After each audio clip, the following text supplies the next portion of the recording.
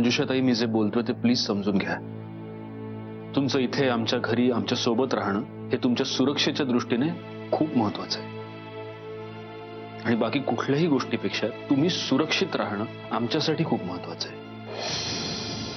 कळतं ना तुम्हाला काय बोलतोय ते? सत्यजित दादा, मला सगळं कळतंय, पण पण काय? मला एक सांगा, तुमचं मन दुखावलं जाईल असं तुम्हाला कोणी काही बोललंय का? तुम्हाला न पटणारं कोणी वागलंय का? नाही सत्यजित दादा, असं ह्यातलं काहीच नाहीये. मग नेमका काय प्रॉब्लेम आहे? सत्यजित दादा, पुन्हा एकदा माझ्यामुळे तुम्हा सगळ्यांना मला अडचणीत नाही टाकायचंय. म्हणजे पुन्हा तेच जुनं म्हणणं आहे तुमचं? मंजुषाताई, तुम्ही इथे राहिल्यानं माझ्यावर किंवा माझ्या कुटुंबावर कुठलीही अडचण येणार नाहीये. दादा आमचं काहीही वाकडं करू शकणार नाहीये. आणि आता तुम्ही सुद्धा माझ्या कुटुंबाचाच एक भाग आहात. उलट तुम्ही जर बाहेर राहिलात तर आम्हाला सतत टेन्शन लागून राहील. प्लीज मंजुषाताई, हे तुमचं घर आहे. माझी आजी तुम्हाला स्वतःच्या नातीसारखं मानते. मी तुम्हाला माझी बहीण मानतो. तुम्ही माझ्या घरात असेपर्यंत तुमच्या केसालाही धक्का लागणार नाही. Please trust me. तुम्ही इथून कुठेही जाणार नाही आहात. आणि आता हे फायनल आहे, कळलं? चालेल, मी इथेच राहील. गुड. अजून काही कन्फ्युजन आहे? नाही. नशीब. नशीब माझं की तुम्ही तयार झालात. निघायचं आता? नशीब म्हणजे मी तयारच आहे, फक्त बूट घालायचे मला.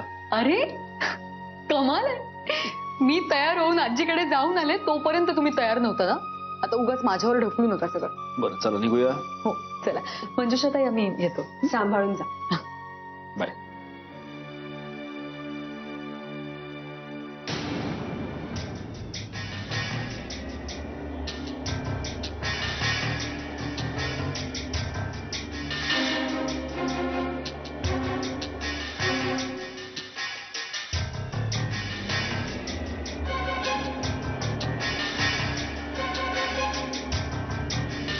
काय ग, भाजी निवडते की टाइमपास करते? नाही, भाजीच निवडतीये. काय झालीच. निवड निवड.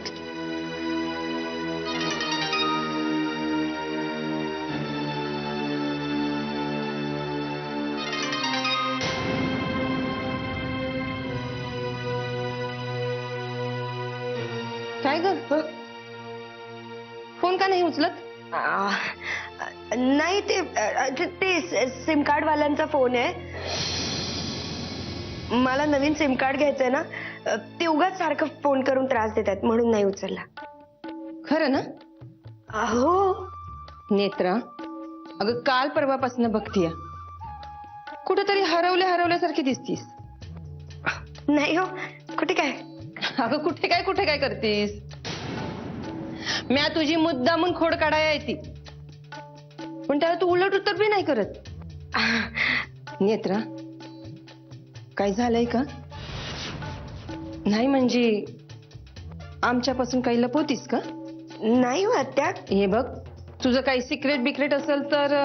नाही, खरंच तसं काही नाहीये.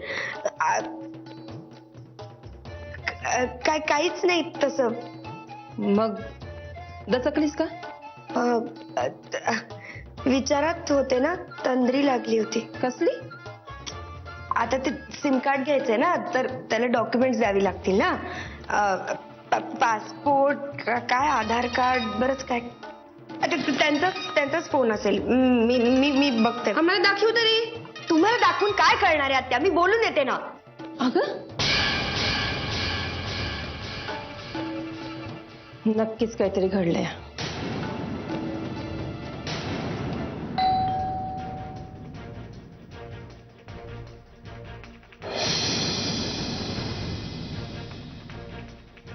ये ना, ये.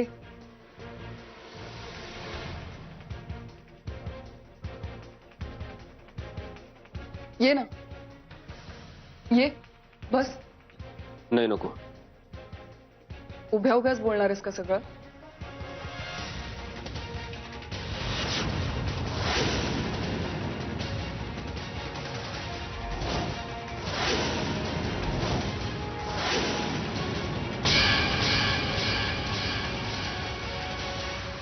पेनड्राईव्ह? हा पेनड्राईव्ह काही दिवसांपूर्वी कुरिअरनं आपल्या घरी आला होता. इनफॅक्ट तुला याबद्दल माहितीच असेल, कारण मंजिरीने मला असं सांगितलं की ते कुरिअर तूच रिसीव्ह केलं होतंस. हो बरोबर, मला आठवलं. लग्नाच्या गडबडीत एक कुरिअर आलं होतं. मंजिरीने मला असंही सांगितलं प्रिया की तू तिला असं सांगितलंस की या पेनड्राईव्ह बद्दल तिनं मला सांगू नये. हो, हे बघ, तू गैरसमज करून घेऊ नकोस. काय झालं, मी ते कुरिअर रिसीव्ह केलं, पण ते कोणी पाठवलं, पाठवणाऱ्याचं नाव पत्ता काहीच नव्हतं. म्हणजे आपल्यासाठी ते अननोनच होतं. मला भीती वाटली की परत कोणीतरी तुमच्या संसारात कलह निर्माण करण्याचा प्रयत्न करत असेल तर. मी तुला दोष देत नाही. इनफॅक्ट तू तर माइंड रीडर आहेस प्रिया. काय? हा पेनड्राईव्ह पाठवणाऱ्या माणसाचं माइंड तू करेक्ट रीड केलंयस. म्हणजे तू काय बोलतोयस? काही महिन्यांपूर्वी तू आणि मी आपण त्या हॉटेलवर गेलो होतो आणि तिथे आपल्यात खूप मोठं भांडण झालं. आपलं ते अख्खं भांडण कोणीतरी शूट केलंय आणि त्याचीच व्हिडिओ क्लिप या पेनड्राईव्ह मध्ये आहे. काय? जो कोणी या पेनड्राईव्ह मधली ती व्हिडिओ क्लिप बघेल त्याला हे नक्कीच कळेल की तुझ्यात आणि माझ्यात तेव्हा नेमकं काय नातं होतं. ज्या माणसानं हा पेनड्राईव्ह मंजिरीच्या नावानं घरी पाठवला त्याची हीच इच्छा होती की मंजिरीला आपल्याबद्दल कळावं. पण तुला कळलं का की हा पेनड्राईव्ह कोणी पाठवलाय आणि का? ते मला जर कळलं असतं प्रिया तर तो पाठवणारा माणूस जिवंत राहिला असता का? हा पेनड्राईव्ह कोणी पाठवला, त्यातली क्लिप कोणी शूट केली, मला काहीच माहित नाही. पण मला ते कळेल लवकरच. पण मग हा पेनड्राईव्ह तुझ्याकडे कसा आला? आणि मंजिरीने बघितलं का? नाही, लकीली मंजिरीने यातलं काहीच पाहिलेलं नाही. त्याआधीच तो पेनड्राईव्ह माझ्या हाती लागला. मी हा पेनड्राईव्ह डिस्ट्रॉय करून टाकेनच, पण मला हे सगळं तुला सांगणं फार गरजेचं वाटलं म्हणून मी इथे आलो. कारण कसं आहे प्रिया, त्या पेनड्राईव्ह मध्ये जे काही आहे ते जर कोणी पाहिलं तर माझा संसार तर उद्ध्वस्त होईलच, पण तुझा संसारही वाचणार नाही. मला खूप भीती वाटते. घाबरू नकोस, मी आहे ना. हे बघ, तू मला फक्त एवढंच आठवून सांगायचा प्रयत्न कर की तू जेव्हा दादाकडे होतीस तेव्हा त्याच्या तोंडून किंवा त्याच्या कुठल्याही माणसाच्या तोंडून तू अशा कुठल्या क्लिपचा उल्लेख ऐकला होतास. कारण माझा असा दाट संशय, माझी खात्री आहे की हे दादाचंच कारस्थान आहे. मी तुला सांगितलं ना, मला काही सुचत नाही, मला काही आठवतच नाही. मला खूप भीती वाटते.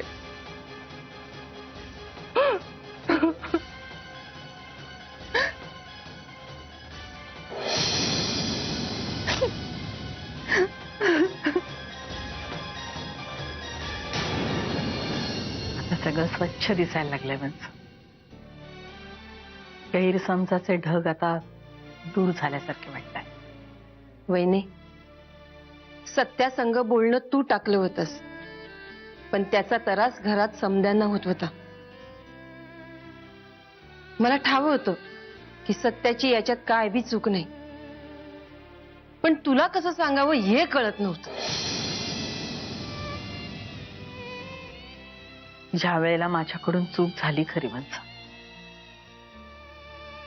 कुठलाही विचार न करता मी गैरसमज करून घेतला. पण सत्या माझ्याशी जे बोलला ना, त्याच्यावरून असं वाटतं की त्याला समजून घेण्यात मी कुठेतरी कमी पडले. मला असं वाटत होतं की त्याचं प्रियाबरोबरचं असलेलं नातं पुढे रेटण्यासाठी म्हणून तो तिला खेळवतोय. पण माझा तो गैरसमज होता. त्याला त्याच्या वागण्याचा पश्चाताप होतोय हे नक्की. ज्या अर्थी मंजिरीला त्याच्या आणि प्रियाच्या नात्याबद्दल सगळं काही सांगण्याच्या निर्णयापर्यंत तो आलाय ना, त्यावरून असं वाटतं की त्याची भावना खरी होती. त्याचं मन स्वच्छ होतं आणि आहे सुद्धा. मला बी हेच म्हणायचं होतं. सत्याच्या बाजूने काय बी गडबड नाही आणि प्रियाच्या बाजूने प्रियाच्या बाजूनी काय? अगं ऐक तर खरं, माझं पूर्ण म्हणणं तर ऐकून घे. मला म्हणायचंय सत्याच्या बाजूने काय बी गडबड नाही आणि प्रियाच्या बाजूने बी काय बी गडबड नाही. हा, हा.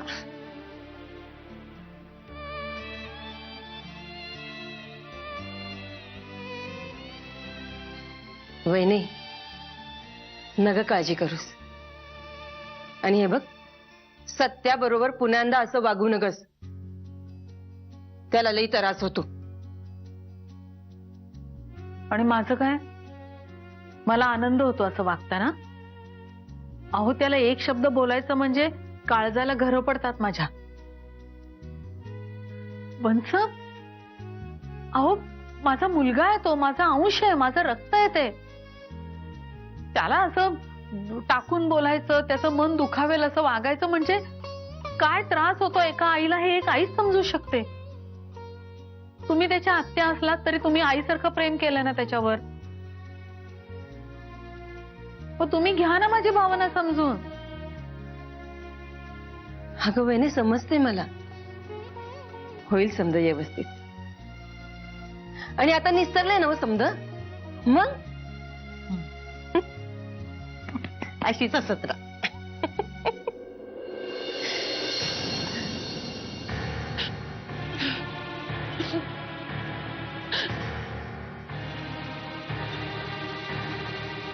प्रिया, हे बघ, एवढं खचून जायची गरज नाही. अगं, ही क्लिप कोणीच पाहिलेली नाहीये. सत्यजित, पण कोणी पाहिला असता तर? जर तर विचार करण्याची वेळ आहे का ताई? तुला जर काही आठवत असेल तर प्लीज सांग. मी सांगितलं ना तुला, मी कम्प्लिटली ब्लँक झाली. मला काही आठवत नाही. मला खूप भीती वाटतेय.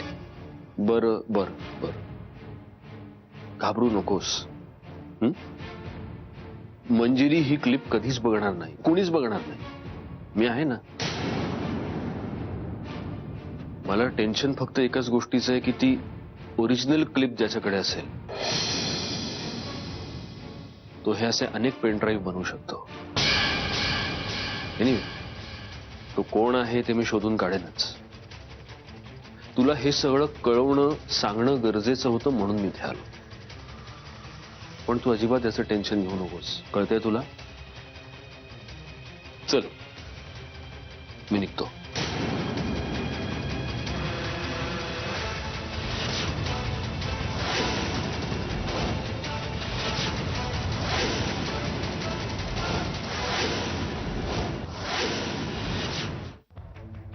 भाऊजी? ओ, मी no explanation. I really don't need an explanation. पण तुमच्या धीटपणाचं कौतुक करायला पाहिजे. काही न सांगता, काही न कळवता नेहमीप्रमाणेच आलात. अरे ऍक्च्युली मी आणि मंजिरी आम्ही दोघंही पुण्याला आलो होतो. हो, मंजिरी पण आली आहे. सांगायचं ना असं. कुठे आहे, कुठे दिसत नाही. मंजिरी, मंजिरी. मंजिरी इथे नाहीये सुहास, ती तिच्या मैत्रिणीकडे गेली. आणि तुम्ही इथे? अरे मला ऍक्च्युली तुम्हा दोघांनाही भेटायचं होतं. म्हणून मी नसताना आला? मला माहित नव्हतं ना सुहास की तू घरी नसणार आहेस. फोन करायचा. अरे, आणि तसंही आपल्यामध्ये बोलण्यासारखं काही राहिलेलं नाहीये भाऊजी. मी त्या दिवशीच तुम्हाला आपल्यात बोलण्यासारखं बरंच काही आहे सुहास, प्रोव्हाइडेड तू शांतपणे ऐकून घ्यायला तयार आहेस तर. कसं आहे सुहास? त्या दिवशी मी तुझ्या घरात आलो होतो तेव्हा तू माझा यथेच्छ अपमान केलास आणि मी तो निमूटपणे सहन केला. उलटून काही बोललो नाही, मी निघूनही गेलो नाही. कारण कसं आहे, शेवटी आमची मुलीकडची बाजू आहे, नाही का?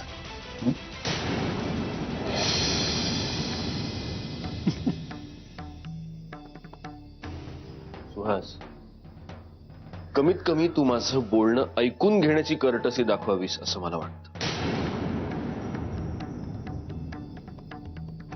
बोला, काय बोलायचंय बोला. थँक्स. प्रिया, तू प्लीज जरा आज जाशील? थांब प्रिया. प्रिया कुठेही जाणार नाही. जे काय बोलायचं ते प्रिया समोरच बोला. आणि भाऊजी, मी तुम्हाला मागेच सांगितलंय, माझ्या घरामध्ये येऊन तुम्ही माझ्याच बायकोवर ऑर्डर नाही सोडू शकत. मी ऑर्डर सोडत नाहीये, मी रिक्वेस्ट करतोय. आणि माझं बोलणं मी कोणासमोर बोलावं आणि कोणासमोर बोलू नये हे मीच ठरवणार. मग हे तुझं घर असलं तरीही मीच ठरवणार. सुहास, मी ऐकून घेतोय म्हणून तू वाटेल ते बोलशील असं होणार नाही. याआधी तुझ्या मूर्खपणामुळे तुझ्या बायकोनं ज्या हाल अपेष्टा सहन केल्या, त्या हाल अपेष्टांमध्ये मी आणि माझं कुटुंबच तिच्या बाजूने उभं होतो हे तू विसरू नकोस. तेव्हा तुझा हा आवाज आणि हा माज माझ्यासमोर नाही चढणार. एक मिनिट, तुम्ही दोघं प्लीज भांडू नका. मी जाते.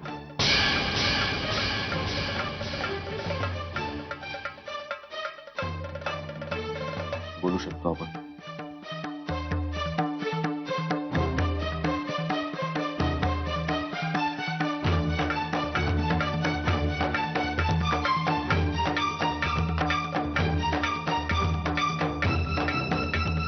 सुहास, अरे काय झालंय? हे असे कुठले गैरसमज निर्माण झालेत तुझ्या मनात? हे बघ, तुला जर असं वाटत असेल की माझ्यामध्ये आणि प्रियामध्ये असं काही आहे तर नाही, मला अजिबात असं वाटत नाही की तुमच्यामध्ये आणि प्रियामध्ये काही आहे. कारण माझ्या बायकोवर पूर्ण विश्वास आहे.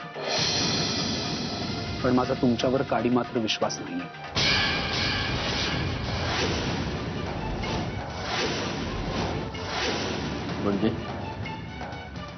म्हणजे तुमच्यामध्ये आणि प्रियामध्ये काहीही नसेल, पण माझ्या बायकोविषयी तुमच्या मनात काहीही वेडवाकडं नाही, याबद्दल मला अजिबात गॅरंटी नाही.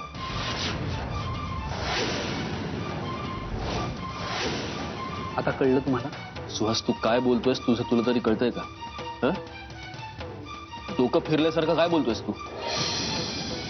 अरे माझ्या बायको बरोबर सुखी संसार सुरू आहे. मी का असले फालतू चाळे करेन? ते तुमचं तुम्हाला माहित. छंदिष्ट माणसाला छंद का सुचतात ते मी कसं सांगू ना. आणि बाय द वे, तुम्ही तुमच्या बायको बरोबर किती खुश आहात, तुमचा संसार कसा करताय, याबद्दल मला अजिबात चर्चा करायची नाही. तुम्ही मला माझं स्पष्ट मत विचारलं म्हणून मी ते सांगितलं. भाऊजी, माझं असं ठाम मत आहे की माझ्या बायकोविषयीची तुमची इंटेन्शन्स वाईट आहे. त्यामुळे यापुढे या घरात तुम्ही कमीत कमी आलात तर मला जास्त आवडेल.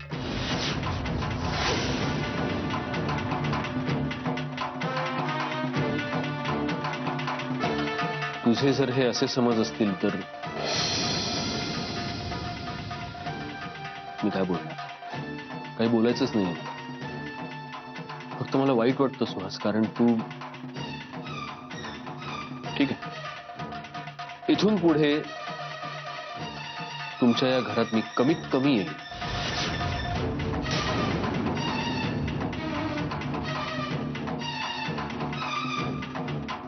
कमीत कमी कशाला? सुहास, इथून पुढे तुझ्या या घराचा उंबरा मी कधीही चढणार नाही.